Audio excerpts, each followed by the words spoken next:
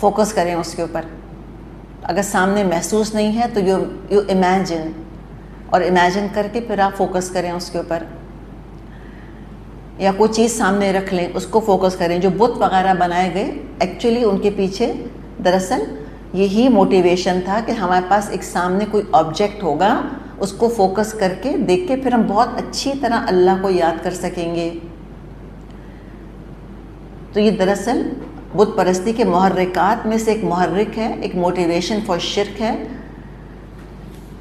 جس کا یہاں ذکر کیا گیا اور اس کا توڑ کیا گیا. فرمایا دیکھو لا تدرکہ الابصار، نگاہیں اس کو نہیں پا سکتی.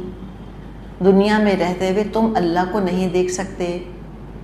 پہلے صرف لوگوں نے فوکس کرنے کے لیے مجسمے بنائے، وقت کے ساتھ ساتھ اللہ یعنی جس پر فوکس کرنے کے لیے وہ مجسمہ وہ بت بنایا تھا تو وہ اللہ تو کہیں اوجھل ہو گیا، اس کو تو بلا دیا، اور یہی بت خدا بن کے رہ گئے. تو ہمارے ہاں مسلمانوں میں بت تو نہیں بنائے گئے، لیکن بعض دفعہ انسانوں کے تخیل امیجنیشن کو استعمال ٹریگر کر کے تصور شیخ کا ایک کانسیپٹ ہے جو کہ ملتا ہے کہ عبادت کرتے ہوئے شیخ کو تصور میں لے کر آئیں. کیوں لے کر آئیں تصور میں شیخ کو؟ شیخ کے لیے تھوڑی کر رہے ہیں. شیخ سے مراد کیا ہے؟ کوئی شیخ صاحب سے مراد ہے جو ان کا اپنا کوئی پیر ہوتا ہے کہ اس کو تصور میں لے کر آئیں، اس کی شکل تصور میں لے کر آئیں، پھر عبادت کریں تو بہت اچھا فوکس ہوگا. اور بعض لوگ 2 قدم آگے بڑھ کے جس کو بھی وہ فالو کر رہے ہوتے ہیں، جو ان کا لیڈر ہوتا ہے ریلیجس لیڈر، اس کے باقاعدہ تصویریں گھر میں لگاتے ہیں کہ ان کو دیکھتے ہیں، ان پہ ہار پھول چڑھاتے ہیں اور کہتے ہیں یہ ایک طریقہ ہے فوکس کرنے کا. یہ سب چیزیں دراصل شرک ہی کے انڈے بچے ہیں.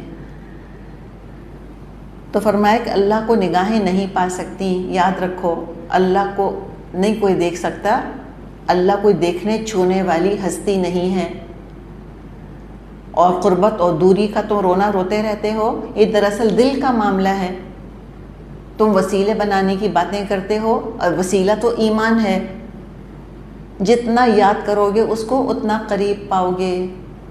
فاذکرونی اذکرکم اذا سألک عبادی عنی فإنی قریب. کوئی دور تو ہے ہی نہیں. اتنی خوبصورت بات کہیں پڑھی تھی، امام ابن قیم نے کہیں لکھی ہے کہ کمال ہے محبت کرنے والوں کا بھی جواب نہیں ہے. جب تک یاد نہ دلاؤ ان کو محبت والا محبوب یاد نہیں آتا. تو کیا محبوب کے لیے کوئی یاد چاہیے ہوتی ہے؟ محبوب پھر کیسا محبوب ہوا؟ وہ کہتے ہیں عجیب محبت کے دعوے کرتے ہیں کہ جب تک کوئی نشانی نہ سامنے ان کو تو محبوب یاد ہی نہیں آتا. یہ کیسی محبت ہے؟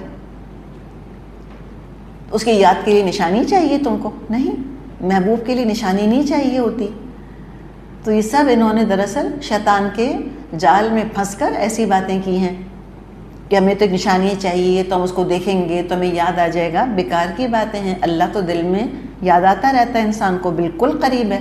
اللہ کہتا ہے نحن اقرب الیہ من حبل الورید، ہم تو ان کی رگے جان سے بھی زیادہ ان کے قریب ہیں. سچی بات. ساتھ لیٹی ہوئی ماں کو ساتھ لیٹے ہوئے شوہر کو نہیں پتہ چل سکتا کہ کیا دل پہ گزر رہی ہے. ساتھ لیٹی ہوئی بیوی کو نہیں پتہ چل سکتا، بہن ساتھ سو رہی ہوتی نہیں پتہ چلتا، اور ٹپ ٹپ ٹپ ٹپ آنسو گر رہے ہوتے ہیں تکیے کے اندر، یا کوئی لڈو پھوٹ رہے ہوتے ہیں دل کے اندر. کچھ نہیں پتہ چلتا کسی کو. اللہ جانتا ہے، ہر چیز کا علم ہے اس کو. علیم بذات الصدور، وہ تو سینوں کے راز تک جانتا ہے. تمہاری سوچ تم سے پہلے پڑھ لیتا ہے، جذبہ اٹھنے سے پہلے پتہ چلتا ہے اس کو تم کیا جذبات دل میں رکھ رہے ہو. اتنا حساس ہے وہ، یہ اس کا علم ہے. تم اس کو پانے کی فکر نہیں کرو، تم یہ فکر کرو کہ وہ یدرک الابصار، وہ نظروں کو پا لیتا ہے. کس نیت سے نظر اٹھا کے کس کو دیکھا؟ شہوت سے دیکھا، نفرت سے دیکھا، حسد سے دیکھا، رشک سے دیکھا، کس چیز سے دیکھا؟ اللہ نظریں پڑھ لیتا ہے، نظروں کو پڑھ لیتا ہے. اتنا خوبصورت انداز ہے. تبھی تو کہتے تھے عرب کی شاعری ہے یہ شاعری، اس لیے کہ ان کے یہاں جو شاعر ہوا کرتے تھے ان کا یہ کہنا تھا کہ ہر شاعر کے ساتھ ایک جن ہوتا ہے جو اس پر القاء کرتا ہے کلام. ان کا مطلب بھی یہی تھا کہ جو محمد پیش کر رہے ہیں، کہیں کہیں تو کہتے تھے نا کہ یہ تو انسان کا قول ہے، اور کہیں کہتے تھے شاعر کا. شاعر سے مطلب کیا تھا کہ کوئی ہے سپر ہیومن چیز جو ان کو سکھا رہی ہے، یہ خود نہیں کر سکتے ایسی باتیں. طرح طرح کی ڈفرینٹ باتیں کی ڈفرینٹ اوقات میں. تو یقیناً یہی انداز قرآن کا، الفاظ کا کھیل، لا تدرکہ الابصار وہو یدرک الابصار. ہم کہتے ہیں دریا کو کوزے میں بند کرنا، اتنا بڑا مضمون ہے جو اللہ نے ان چند الفاظ کے اندر بند کر دیا ہے کہ اللہ نگاہیں پا لیتا ہے. کس نظر سے دیکھا تم نے؟ نامحرم کو دیکھا، شہوت سے دیکھا، اللہ کو پتہ چل گیا. ہر چیز اللہ کے علم میں ہے، کیا دیکھنے کی نیت تھی. وَهُوَ اللطیف الخبیر، اور وہ نہایت باریک بین اور باخبر ہے. اگر آدمی کی نگاہیں اس کو نہیں دیکھ سکتی کوئی بات نہیں، وہ خود اللہ کی نگاہ اور نگرانی میں ہے. تقوی کے لیے اتنا ہی کافی ہے. اپنے حساب کی فکر کرو تم. قد جاءکم بصائر من ربکم، تمہارے پاس تمہارے رب کی طرف سے بصیرت کی روشنیاں آ گئیں. فمن ابصر فلنفسہ، اب جو بینائی سے کام لے گا اپنے بھلے کے لیے. ومن عمی فعلیہا، اور جو اندھا بنا رہے گا تو خود ہی نقصان اٹھائے گا، اسی کے خلاف پڑے گا اس کا اندھا بن. وما انا علیکم بحفیظ، اور میں تم پر کوئی محافظ تو نہیں ہوں، پاسبان تو نہیں ہوں. تو بصائر کس کو کہا گیا؟ قرآن کے نور کو. آیاتم بینات، روشن آیات آ گئیں تو باطنی بصیرت پیدا کرو. حقیقت ہے انسان جتنا قرآن پر تدبر کرتا ہے، جتنا وقت قرآن کے ساتھ گزارتا ہے، اندر انسان کے نا ایک انسائٹ پیدا ہوتی ہے جس کو ایکسپلین نہیں کر سکتے. ایکچولی ایمان کا معاملہ یہ ہے کہ جتنا زیادہ ایکسپلین کرنے کی کوشش کریں گے اتنا وہ بوجھل اور بھاری اور مشکل اور ناممکن ہوتا چلا جائے گا سمجھانا. ایک جذبہ ہے یہ دراصل. تو یہ انسائٹ تم پیدا کرو، اس جذبے کو پروموٹ کرو اپنے اندر. قرآن سے لاؤ، اپنا دل لگاؤ، دل اور روح کے اندھیرے دور کرو. پھر دیکھو کتنی کلیئرٹی سے تم اللہ کو پہچان سکو گے. اور جو اس نور سے اپنے آپ کو محروم کرتا ہے اپنا نقصان کرتا ہے. نبی کا کیا بگاڑا اس نے؟ کچھ بھی نہیں. وَكَذَلِكَ نُصَرِّفُ الْآيَاتِ، اسی طرح ہم آیات کو بار بار مختلف طریقوں سے بیان کرتے ہیں. اور یہ قرآن کا انداز ہم دیکھتے ہیں کہ ایک ہی بات سمجھانے کے لیے ڈفرینٹ سٹائل سے اللہ تعالیٰ لے کر آتا ہے. سیم آئیڈیا، سیم مضمون ہوتا ہے، بات کرنے کا کانٹیکسٹ کے حساب سے بعض دفعہ طریقہ ڈفرینٹ ہوتا ہے. اس طرح نہیں تو اس طرح سمجھ آ جائے، اس طرح نہیں تو اس طرح سمجھ آ جائے. تو الگ الگ طرح پھرا کے اللہ تعالیٰ آیات لے کر آیا ہے، ریپیٹ کر کے آیات کو لے کر آیا ہے تاکہ سمجھ میں آئے. وَلِيَقُولُ دَرَسْتَ، اور اس لیے اللہ نے یہ کیا کہ یہ کہیں کہ تم کہیں سے پڑھ کر آئے ہو. وَلِنُبَيِّنَهُ لِقَوْمٍ يَعْلَمُونَ، اور جو لوگ علم رکھتے ہیں ان پر ہم حقیقت کو روشن کر دیں. اچھا جی، اب یہ درستہ لفظ ہے، اس پر تھوڑا سا فوکس کرتے ہیں. ایک اس کا کہیں ٹرانسلیشن ہم کو ملے گا کہ لوگ یہ کہیں کہ تم کہیں سے پڑھ کر آئے ہو، یا لوگ یہ کہیں کہ آپ نے سمجھانے کا حق ادا کر دیا. اب کہیں کہ دو ڈفرینٹ میننگز کیسے ہو گئے؟ تو اس کا تعلق دراصل اسی ورڈ سے ہے، درستہ سے. دال راسین، دراسا، ہم اسے درس لفظ بھی بناتے ہیں کہ درس ہو رہا ہے. تو اس کو کیوں ہم درس کہتے ہیں؟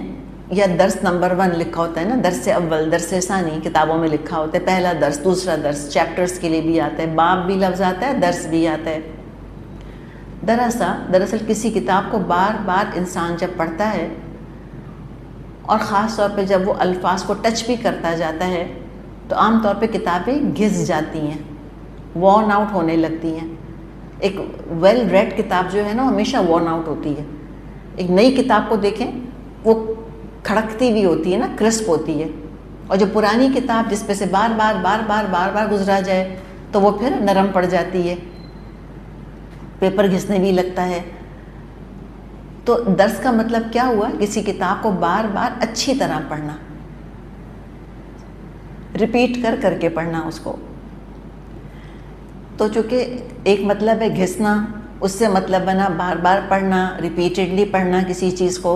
تو پھر درستہ کے 2 مطلب لیے گئے ہیں. نمبر 1 کہ کفار بھی یہ بات ماننے پر مجبور ہیں کہ اے نبی صلی اللہ علیہ وسلم، آپ نے ہم کو اچھی طرح پیغام پہنچا دیا، ریپیٹڈلی آپ نے سمجھایا، طرح سے سمجھایا کہ اس طرح نہیں تو اس طرح بات سمجھ آئے، ایسے نہیں تو ایسے سمجھ آئے.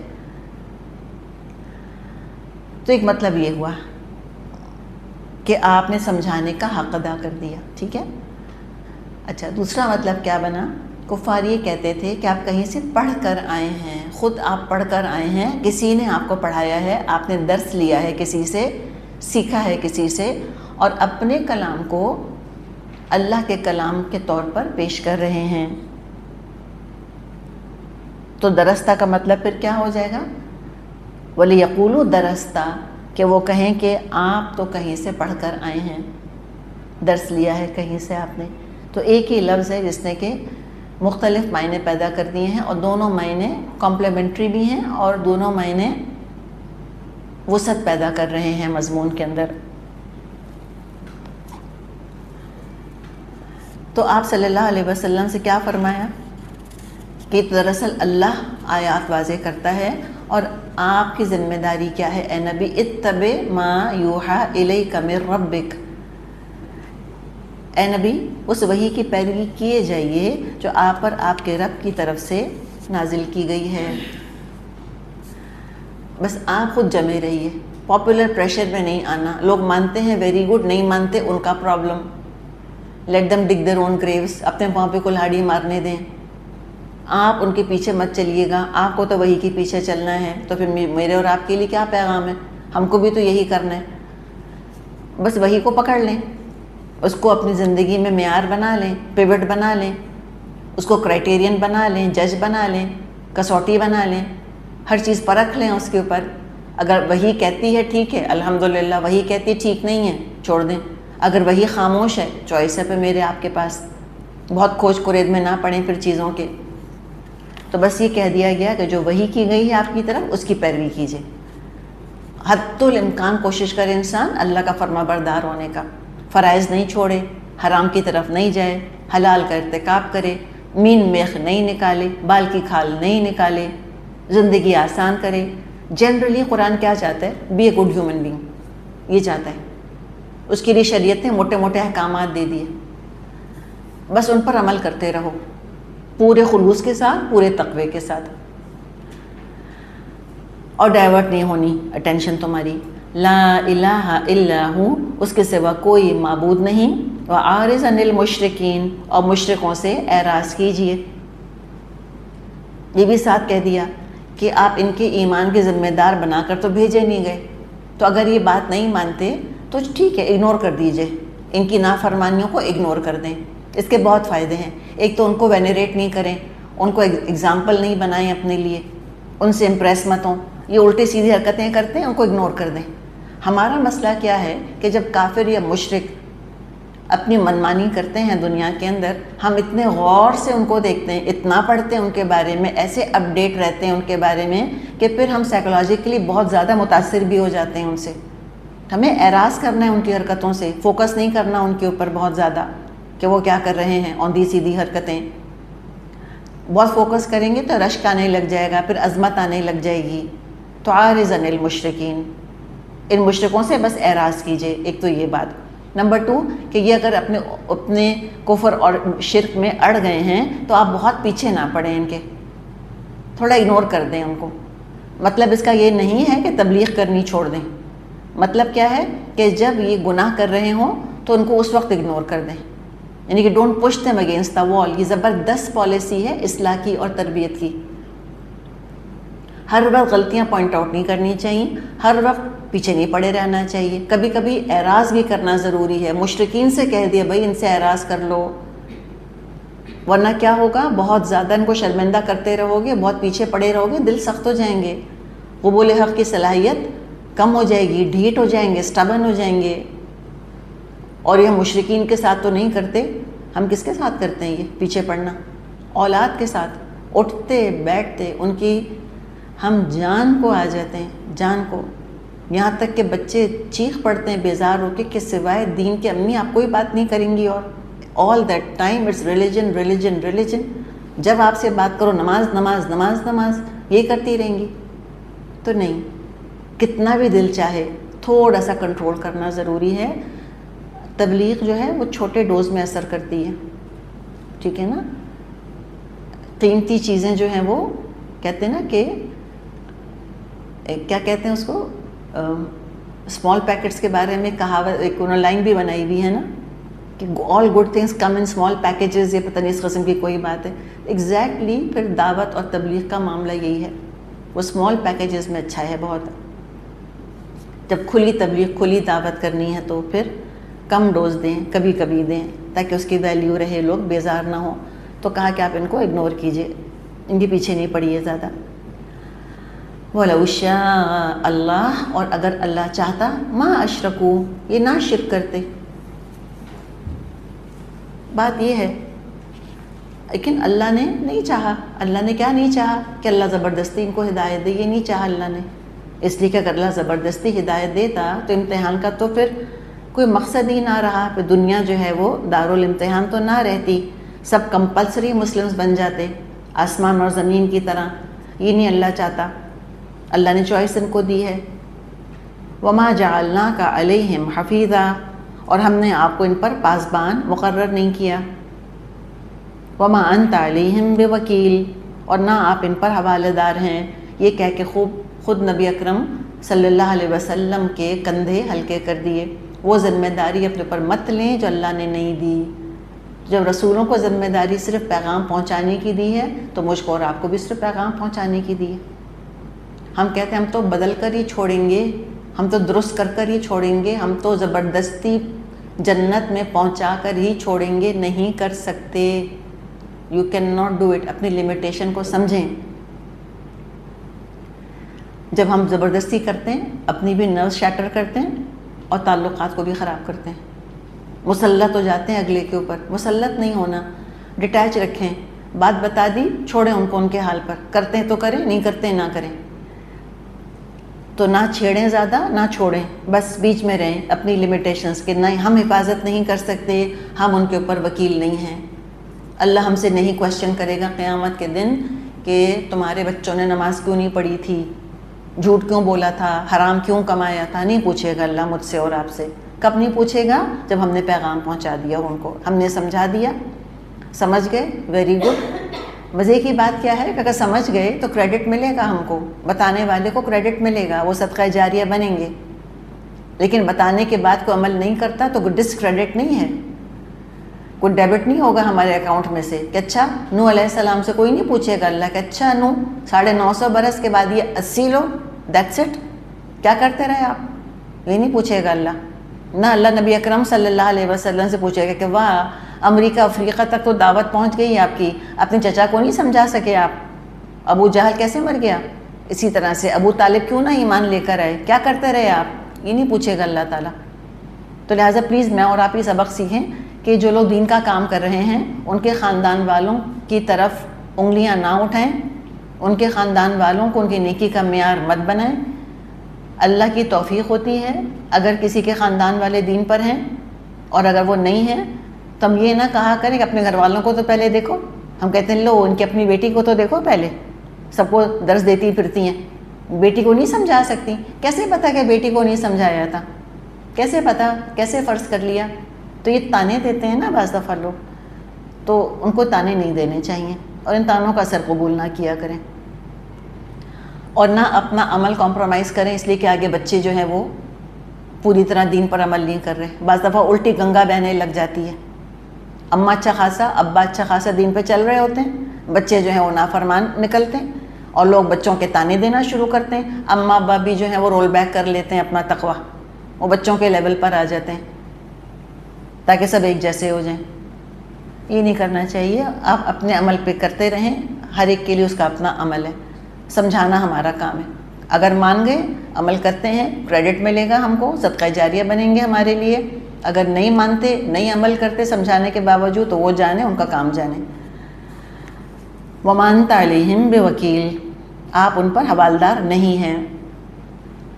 اب مسلمانوں کو چونکہ پہلے بتا دیا کہ تمہاری ذمہ داریاں کیا ہیں، تمہیں ڈیسپریٹ ہونے کی ضرورت نہیں ہے تبلیغ کے اندر. اس لیے کہ ڈیسپریشن بھی بعض دفعہ سختی کی طرف لے جاتی ہے کہ اچھا لاتوں کی بھوت باتوں سے نہیں مانتے، نرمی سے بات کر رہے ہیں، سمجھ نہیں آ رہا، اب ہم بھی ذرا سناتے ہیں ان کو. تو کہا کہ نہیں، تمہیں ڈیسپریٹ نہیں ہونا. تبلیغ کے آداب ہیں جو بتائے جا رہے ہیں. وَلَا تَسُبُّوا الَّذِينَ يَدْعُونَ مِن دُونِ اللَّهِ، اور دیکھو یہ لوگ اللہ کے سوا جن کو پکارتے ہیں ان کو گالیاں مت دو۔ وَيَسُبُّ اللَّهَ عَدْوًا بِغَيْرِ عِلْمٍ، کہیں ایسا نہ ہو یہ شرک سے آگے بڑھ کر جہالت کی بنا پر اللہ کو برا بھلا کہنے لگ جائیں، اللہ کو گالیاں دینے لگ جائیں۔ كَذَلِكَ زَيَّنَّا لِكُلِّ أُمَّةٍ عَمَلَهُمْ، ہم نے اسی طرح ہر گروہ کے لیے اس کے عمل کو خوشنما بنا دیا ہے۔ ثُمَّ إِلَىٰ رَبِّهِمْ مَرْجِعُهُمْ، پھر انہیں اپنے رب ہی کی طرف پلٹ کر جانا ہے۔ فَيُنَبِّئُهُم بِمَا كَانُوا يَعْمَلُونَ، اس وقت وہ ان کو بتا دے گا وہ کیا کچھ کرتے رہے۔ تو بڑا اس کے اندر ایک سبق ہے جو دیا جا رہا ہے۔ علماء نے بہت کچھ اس کے بارے میں لکھا ہے، بڑے فقہ کے لاز انہوں نے ڈرائیو کیے ہیں اس سے۔ اچھا، جو اللہ کے علاوہ جن کو پکار رہے تھے، ظاہر ہے وہ تو کوئی اچھی ہستیاں تو نہیں تھیں نا، جو اپنے آپ کو معبود کے طور پہ پیش کرے، وہ اچھا کہاں سے ہو سکتا ہے؟ یا جو انہوں نے فکٹیشس نام رکھ لیے تھے، بیکار چیزیں تھیں، ان کو برا بھلا کہنا جائز تھا۔ ٹھیک ہے، پہلے تو یہ سمجھیں، ان کو برا کہنا جائز تھا، لیکن اللہ نے روک دیا یہاں پہ کہ تم نہیں کہو گے۔ کیوں؟ وجہ بھی بتا دی کہ کہیں یہ بھی چڑھ کر پھر برا بھلا نہ کہنے لگ جائیں اللہ کو۔ اس لیے کہ جائز کام، ایک رول کیا نکلا کہ اگر جائز کام، ایک بات جو کہ مباح ہے اپنی جگہ، الاؤڈ ہے، اگر وہ جائز کام کسی بڑی خرابی کا ذریعہ بنتا ہے تو وہ کام چھوڑ دینا چاہیے۔ قرآن میں شرک اور مشرکین پر کڑی تنقید ہوئی ہے۔ مسلمان مشرکوں سے ان کے عقائد کے بارے میں بحث مباحثہ کرتے تھے، جیسے آج کل ہم دیکھتے ہیں انٹرفیتھ وغیرہ میں ہوتا ہے، تو اس میں بھی ان سے بحث کرتے ہوئے کچھ باؤنڈریز ہیں، کچھ حدود ہیں جن کا خیال رکھنا ضروری ہے۔ اور وہ کیا ہے حدود؟ رسپیکٹ، ادب اور احترام کے ساتھ، دلائل کے ساتھ بات کریں، گالم گلوچ پہ نہیں اتریں، don't hit blue the belt, یہ نہ کریں کہ لوگ نفسیاتی طور پہ ریفلیکسولی آفینسو کے جواب میں یا تو وہ بھی آفینسو پر آ جائیں گے یا ڈیفنس پر آ جائیں گے اور اپنے معبود کا دفاع کرنے لگ جائیں گے۔ تو جتنی قرآن نے بات کر لی بس کافی ہے، ہمیں اس کے اوپر مزید آگے اجازت نہیں ہے کہ ہم اس میں مزید سختی پیدا کریں اپنی طرف سے۔ تبلیغ کا مطلب کیا ہے کہ لوگ خود اپنے عقیدے کی عمل کی غلطی خود دیکھ لیں۔ اور دوسری بات یہ ہے، دیکھیں کہ جو مشرکانہ مذاہب یا ظاہر جو بھی نان مسلمز ہیں، دیکھیں ان کا اپنا عقیدہ ہے، ان کی اپنی کوئی رسومات ہیں، ان کا اپنا کلچر ہے، ان کی اپنے ریچولز ہیں، ریلیجس ریچولز ہیں، ان سب میں ایک تقدس کا ایلیمنٹ ہوتا ہے، سینکٹیفائڈ ہوتے ہیں وہ، ان سب کو اپنا عقیدہ، اپنی رسومات عزیز ہوتی ہیں۔ تو جذبات کو مجروح کرنے والا، اشتعال دلانے والا انداز نہیں ہونا چاہیے۔ تو ہر طرح کے آڈینس کو خطاب کرنے کا اللہ تعالیٰ نے انداز بھی سکھا دیا، میتھڈ بھی بتا دیا۔ پتہ چلا کہ تبلیغ کے کام میں بڑی حکمت چاہیے، بہت وزڈم چاہیے، بہت ٹھہراؤ چاہیے۔ تو کہا دیکھیں ہر امت کا عمل سجا ہوا ہے اس کے لیے، اس کو اچھا لگتا ہے جو کچھ وہ کر رہا ہے، ایک دم اس کو ہم برا بھلا کہیں گے تو ایسا نہ ہو ہتھی سے اکھڑ جائے، ہاتھی نہ آئے پھر۔ اور جو کر رہے ہیں ان کا تم کو مذاق اڑا کر یا تم کو گالیاں دے کر کیا ملے گا؟ وہ اللہ کے پاس پہنچیں گے تو خود ان کا حساب کتاب ہو جائے گا۔ اب پھر وہی مضمون اسی کا ذکر آ رہا ہے جو کہ اس کی سینٹرل تھیم چل رہی ہے سورۃ الانعام کی، کہ کفار کہتے تھے معجزہ دکھاؤ معجزہ دکھاؤ تو ہم بات مانیں گے، تو اسی کا ذکر ہے۔ وَأَقْسَمُوا بِاللَّهِ جَهْدَ أَيْمَانِهِمْ لَئِن جَاءَتْهُمْ آيَةٌ لَّيُؤْمِنُنَّ بِهَا، یہ لوگ پکی قسمیں کھا کھا کر کہتے ہیں اگر کوئی نشانی ہمارے سامنے آ جائے تو ہم اس پر ایمان لے آئیں گے۔ یہ وہ قسمیں کھا کھا کر کہتے تھے۔ سوچیں کہ مسلمانوں کے دل جو اتنے مخلص تھے کتنا تڑپتے ہوں گے کہ ہاں شاید سچ ہی کہہ رہے ہیں، اللہ دکھائی دے کوئی معجزہ۔ اور سورہ بنی اسرائیل میں ہم پہلے بھی ریفرنس دے چکے ہیں، جتنے معجزے مانگے تھے انہوں نے ان سب کی لسٹ آ گئی ہے کہ سونے کا پہاڑ بن جائے، تم دریا بہا دو، یہاں پر تم یوں کر دو، آسمان سے کتاب اتار کے ہم کو دکھا دو، سیڑھی لگا کے آسمان پہ تم چڑھ جاؤ، ایسی ایسی باتیں وہ کرتے تھے. تو کہتے تھے کہ ہم ضرور بالضرور ایمان لے آئیں گے. آیت سے مراد ہے معجزہ، ورنہ قرآن کی آیات تو بہت تھیں، آیات مسموعہ تو بہت تھیں، مشہودہ بہت تھیں، لیکن نہیں، سن بھی رہے تھے آیتیں، دیکھ بھی رہے تھے اللہ کی قدرت کی نشانیوں کو، لیکن پھر بھی معجزہ رٹ لگائی ہوئی تھی. تو کہہ دیا کہ دیکھو اے نبی صلی اللہ علیہ وسلم، آپ ان کو جواب دیجئے، قل انما الآیات عند اللہ، کہ نشانیاں تو اللہ کے پاس ہیں، معجزے اللہ کے پاس ہیں، میں نہیں کر سکتا اپنی مرضی سے، یہ میرا کام نہیں ہے. وما یشعرکم، اور پھر یہاں خطاب کس سے ہے؟ دیکھیں، قل انما الآیات عند اللہ، اس میں خطاب کس سے ہے؟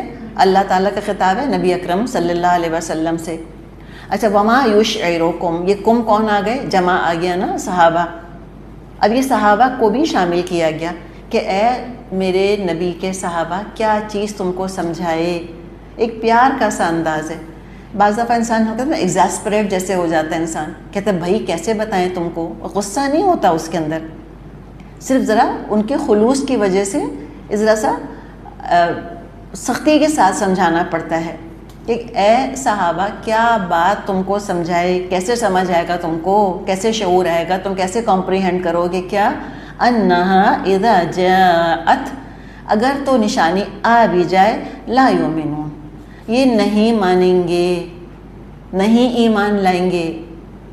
ایمان لانا مقصد نہیں ہے ان کا نشانیاں مانگنے میں، صرف آپ صلی اللہ علیہ وسلم کو تنگ کرنے کے لیے کرتے ہیں ایسی باتیں، صرف نبی کے خلاف پروپیگنڈا کرنے کے لیے کرتے ہیں کہ عوام پر یہ ظاہر کریں کہ بس ہم نے صرف ایک ہی شرط تو رکھی ہے ایمان لانے کی، بس وہ دکھا دیں ہم تو تیار ہیں ایمان لانے کو.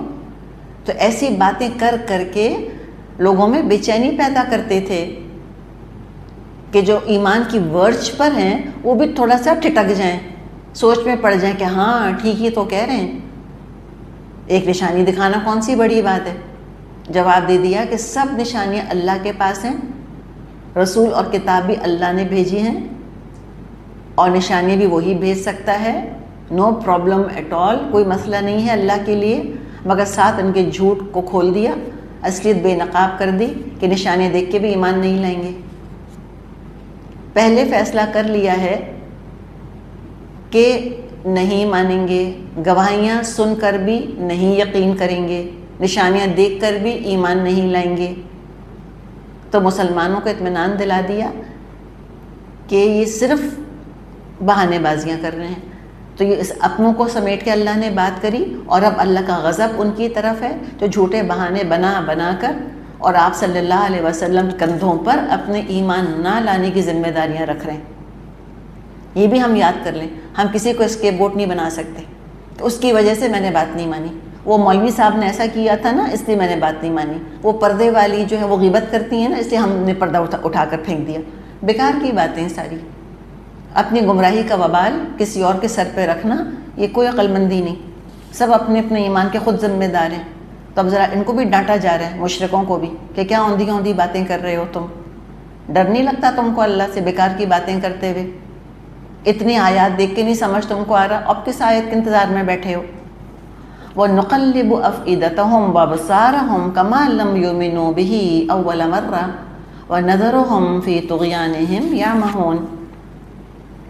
ہم اسی طرح ان کے دلوں اور نگاہوں کو پھیر رہے ہیں جس طرح سے یہ پہلی مرتبہ اس پر ایمان نہیں لائے تھے، اور ہم ان کو ان کی سرکشی ہی میں بھٹکنے کے لیے چھوڑے دیتے ہیں. ان کو بھی ڈانٹا اور بعد والوں کو بھی وارن کر دیا، سب کے کان کھڑے کر دیے کہ دیکھو حق کو نا تو اپنا حق نہیں سمجھنا، ٹروتھ کو اپنا رائٹ مت سمجھنا، یہ مت سمجھنا کہ وہ تمہاری ناز برداری کرے گا، تمہارے نخرے اٹھائے گا اور تمہارے انتظار میں وہ دروازے کے باہر کھڑا رہے گا. تم دل کے دروازے بند کرو، حق ویٹ کرتا رہے گا تمہارا. نہیں، حق سن کر جتنی جلدی انسان قبول کر لے اتنا اچھا ہے، ورنہ حق لوٹ جاتا ہے. کیا پتہ دوبارہ آئے، کیا پتہ پھر نہ آئے، کیا پتہ پھر دل پر دستک دے، کیا پتہ پھر دل پہ دستک نہ دے. Last opportunity. دوسری چیز کیا ہے انسان جب حق سنتا ہے نا پہلی دفعہ تو بہت زیادہ پوٹنٹ لگتا ہے، بہت زیادہ اثر ہوتا ہے.